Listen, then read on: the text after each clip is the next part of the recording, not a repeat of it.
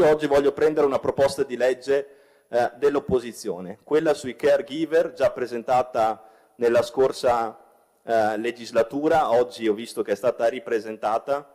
Io chiedo un impegno a questo Consiglio regionale partendo da quel testo base, magari proponendo qualche emendamento migliorativo, qualcosa che si può sicuramente sistemare, qualcosa che si può sicuramente migliorare, di approvarla insieme entro 6 mesi. Parte all'insegna del dialogo l'era Stefani, con il presidente pronto a portare avanti una proposta dell'opposizione su chi quotidianamente assiste familiari e persone non autosufficienti, apertura che viene subito accolta con favore. Mi piace molto il fatto che sia stata accolta questa proposta e che su questa proposta incomincino dei lavori d'aula che cerchino di dare un assetto migliore alla tutela delle nostre persone fragili. Del resto, quella che era stata definita dallo stesso Stefani come la sfida del sociale resta la priorità assoluta della legislatura. Il programma del neogovernatore presentato in aula al Ferrofini è un continuo richiamo alle questioni delle diverse generazioni. Oltre la metà dei nuclei over 85 sono nuclei soli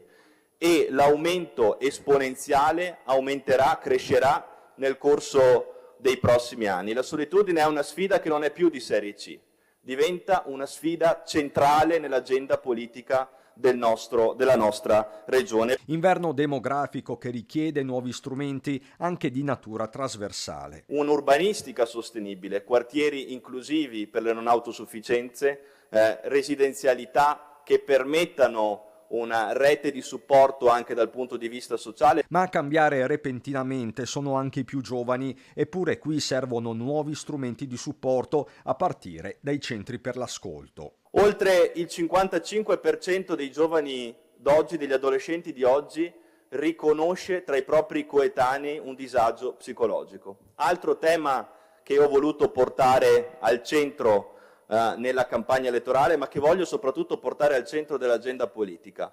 Il disagio giovanile è un tema da affrontare con coraggio. Giovani che poi vanno convinti a rimanere in Veneto sviluppando talenti e competenze. L'altro fronte infatti è quello della manodopera che non c'è e ancora l'autonomia che al momento va praticata puntando sulla prossimità degli assessorati. Stefani ricorda la delega per le terre alte. Ascolta l'ex fidante Manildo, pronto dice a un'opposizione di valore e mai pregiudiziale, ma ovviamente non mancano già dei distinguo.